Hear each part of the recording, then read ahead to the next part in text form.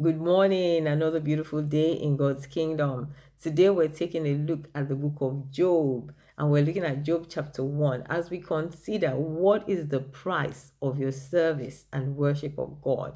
In Job chapter 1, we hear the testimony of God as he speaks to Satan in verse 8, and he says to him, "Then the Lord asked Satan, have you noticed my servant Job? He is the finest man in all the earth. He is blameless, a man of complete integrity. He fears God and stays away from evil."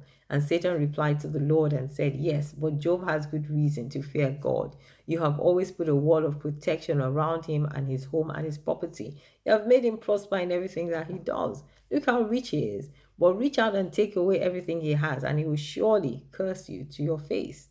And as you take a look at that, you can't help but notice two things, two contrasting things here.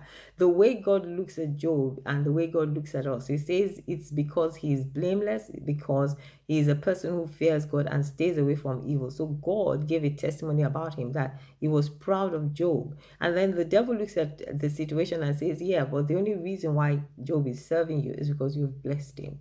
And we want to ask ourselves that question. Why do you serve God? Why do you love God? Why do you do the things you do for God? Is it because God has blessed you? Is it simply because God has given you things? Is that the only reason, why you worship God? Is your worship and your service to God and your worship of God, is it dependent on the blessings of God in your life?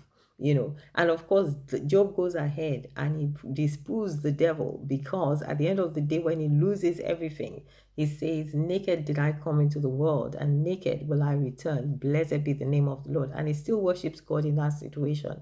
And that is food for thought for us, that our service of God and our worship of God should really not depend on how good we feel, or how blessed we feel, or how blessed we are by God. But our service to God and our worship of God should simply depend on the fact that we love God, and he is our God, our creator, and our maker, and the lover of our souls. God bless you. Have a beautiful day.